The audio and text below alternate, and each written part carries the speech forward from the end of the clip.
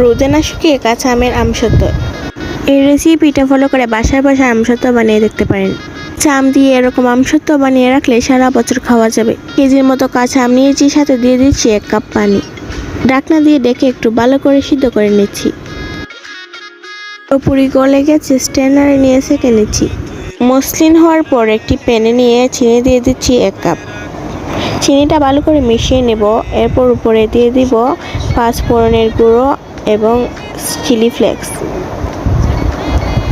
আর খুব কম উপকরণ দিয়ে এই আচারটি বানানো যায়। আর এখন দিয়ে দিব লবণ। লবণ দিয়ে আর কিছু সময় জাল দিতে হবে। আর এই পর্যায়ে ছড়ানো টেতে ঢেলে দিচ্ছি। ফ্যানের বাতাসে রেখে দিব 1 রাত।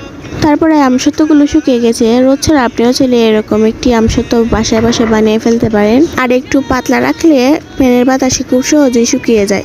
এখন আপনার পছন্দ মতো স্লাইস করে কেটে যে কোনো কৌটাতে 1 বছরের মতো সংরক্ষণ করতে পারবেন। আর এটা খেতে কিন্তু অনেক মজা হয়, টক ঝাল মিষ্টি একটি আমসত্ত্ব।